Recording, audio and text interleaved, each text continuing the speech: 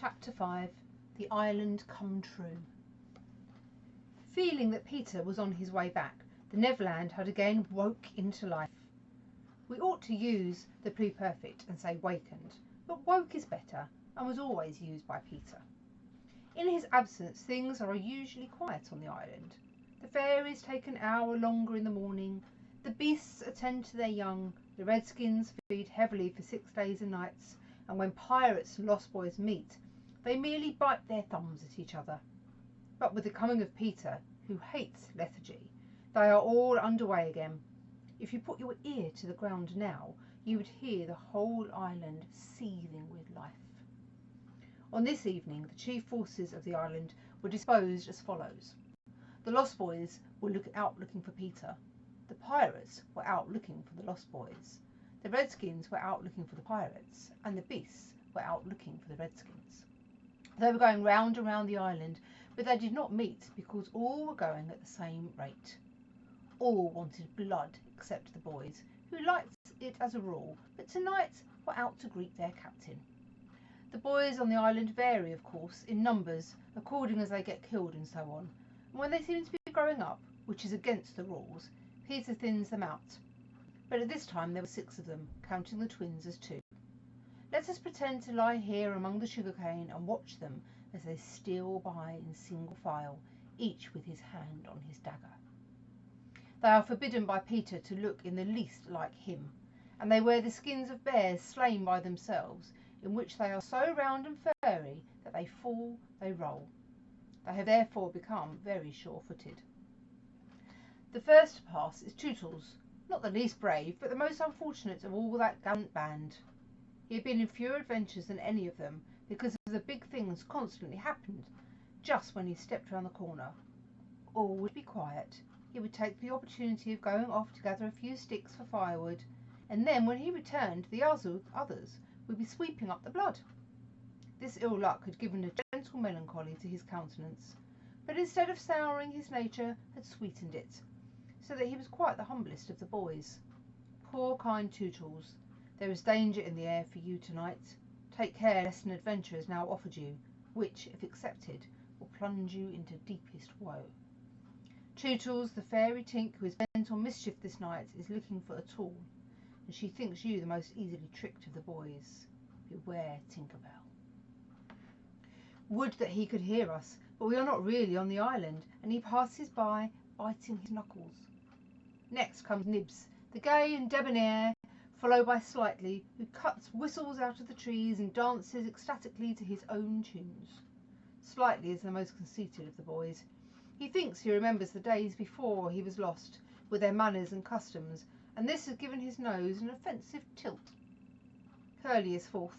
He is a pickle, and so often has he had to deliver up his person when Peter said sternly, "Stand forth the one who did this thing," that now at the command he stands forth automatically, whether he has done it or not.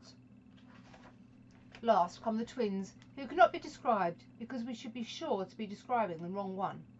Peter never knew quite which ones the twins were, and his band were not allowed to know anything he did not know, so these two were always vague about themselves and did their best to give satisfaction by keeping close together in an apologetic sort of way.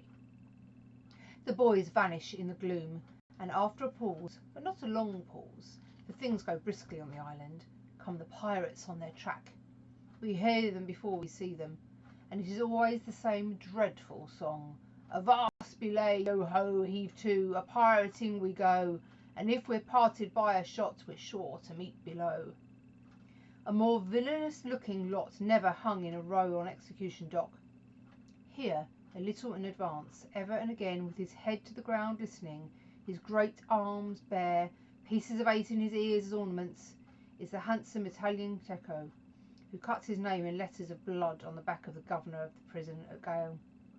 The gigantic black behind him has many names, since he dropped the one with his dusky mothers still terrify their children on the banks of the Guanjamo.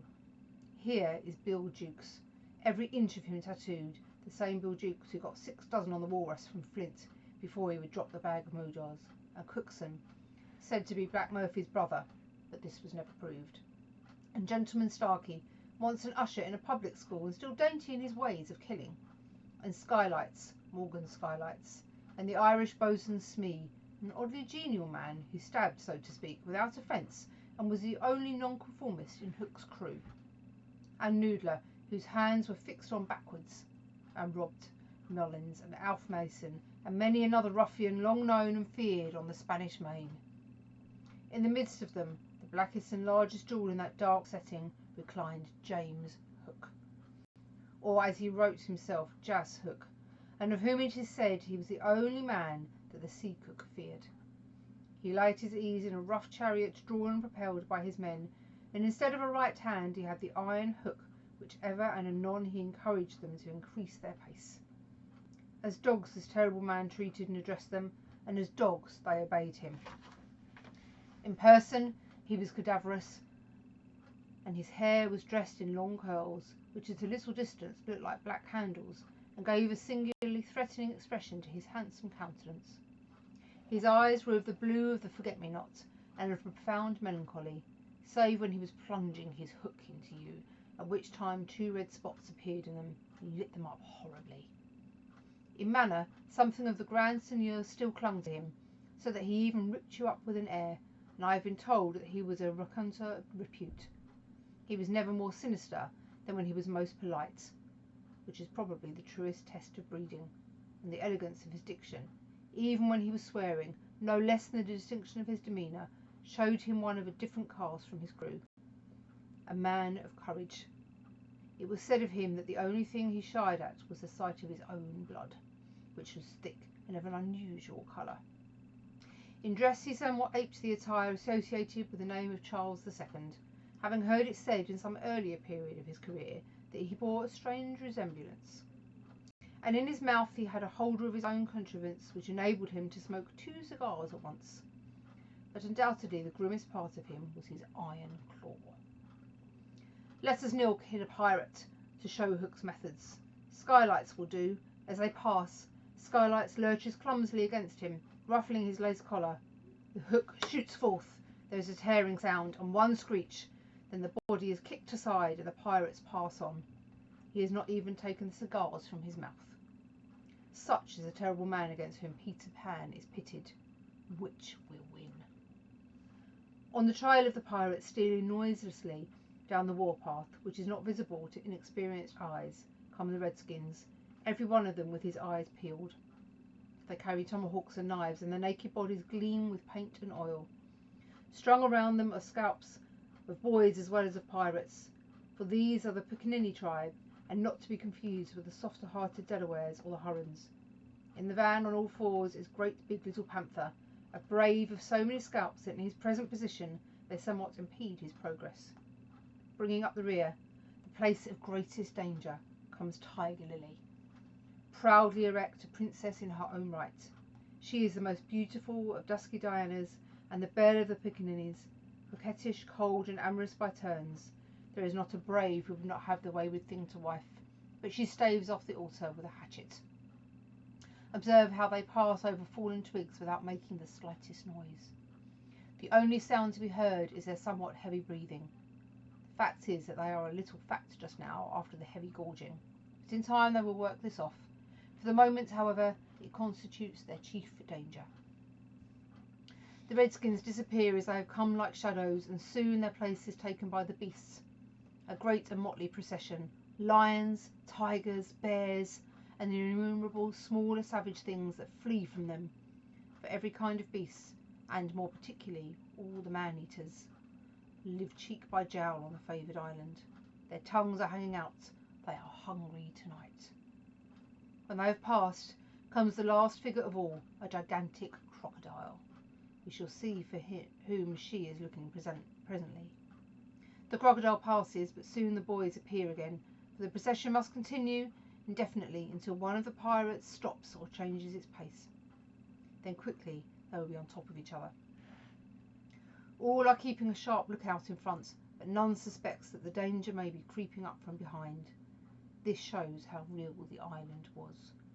The first to fall out of the moving circle were the boys. They flung themselves down on the sward, close to their underground home. "I do wish Peter would come back," every one of them said nervously, though in height and still more in breadth They were all larger than their captain.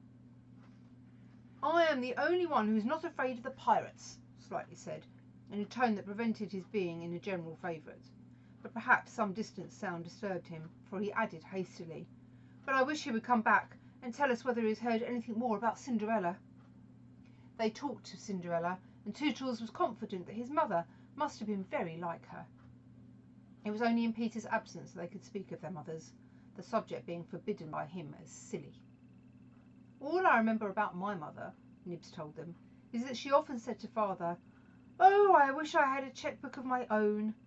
I don't know what a chequebook is, but I should just love to give my mother one." While they talked they heard a distant sound. You or I, not being a wild thing of the woods, would have heard nothing, but they heard it, and it was the grim song. Yo ho, the pirate life, the flag of skull and bones, a merry hour, the hempen rope, and hey for Davy Jones. At once the lost boys, but where are they? They are no longer there. Rabbits could not have disappeared more quickly. I will tell you where they are. With the exception of Nibs, who has darted away, they are already in their home under the ground, a very delightful residence of which we shall see a good deal presently. But how have they reached it? For there is no entrance to be seen, not so much as a pile of brushwood, which is removed would disclose the mouth of a cave. Look closely, however, and you may note that there are here 7 large trees, each having in its hollow trunk a hole as large as a boy. These are the 7 entrances to the home under the ground, for which Hook has been searching in vain these many moons. Will he find it tonight? As the pirates advanced, the quick eye of Starkey sighted Nibs disappearing through the wood, and at once his pistol flashed out. But an iron claw gripped his shoulder. "Captain, let go!" he cried, writhing. Now for the first time we hear the voice of Hook. It was a black voice. "Put back that pistol first," it said threateningly. "It was one of the boys you hate. I could have shot him dead." "Aye, and the sound would have brought Tiger Lily's redskins upon us. Do you want to lose your scalp?" "Shall I after him, Captain?" asked pathetic Smee, "and tickle him with Johnny Corkscrew?" Smee had pleasant names for everything, and his cutlass was Johnny's corkscrew, because it wriggled in the wound. One could mention many lovable traits in Smee. For instance, after killing, if his spectacles, he wiped instead of his weapon. "Johnny's a silent fellow," he reminded Hook. "Not now, Smee," Hook said darkly. "He is only one, and I want to mischief all the 7. Scatter and look for them."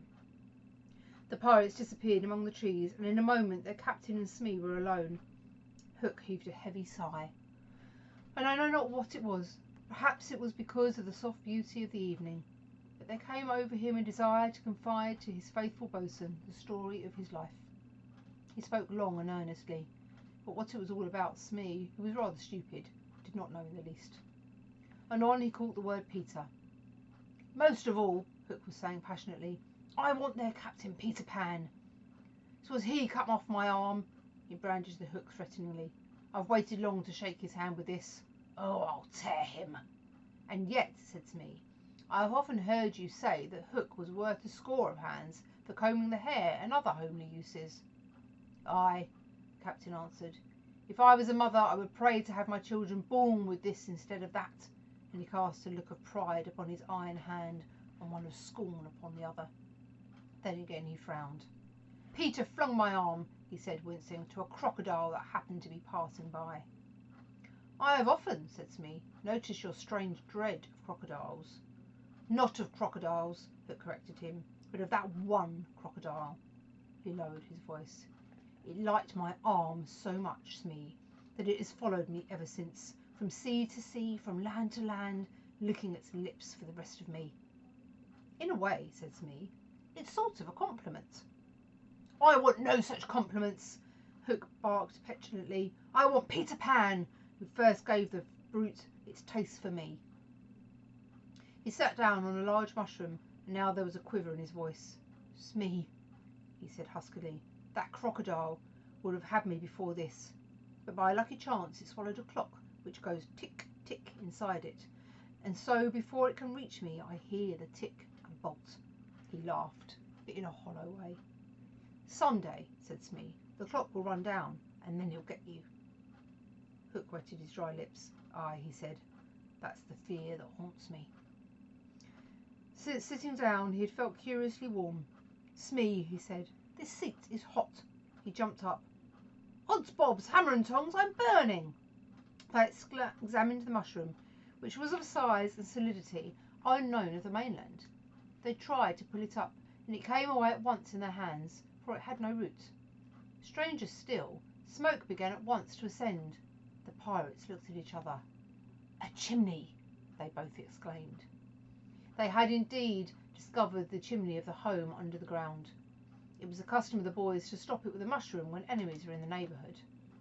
Not only smoke came out of it, there came also children's voices, for so safe did the boys feel in their hiding place that they were gaily chattering.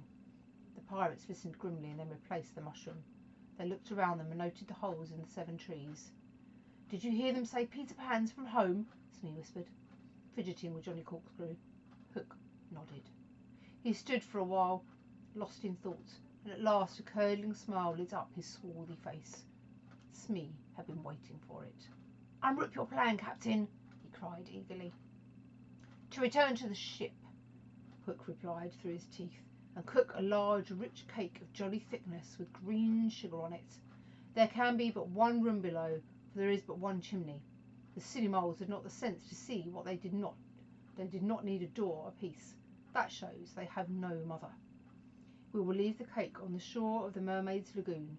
These boys are always swimming about there, playing with the mermaids. They will find the cake and they will gobble it up, because, having no mother, they don't know how dangerous it is to eat rich, damp cake. Burst into laughter, not hollow laughter now, but honest laughter. Aha! They will die. Smee listened with growing admiration. It's the wickedest, prettiest policy ever I heard of, he cried, and in their exultation they danced and sang.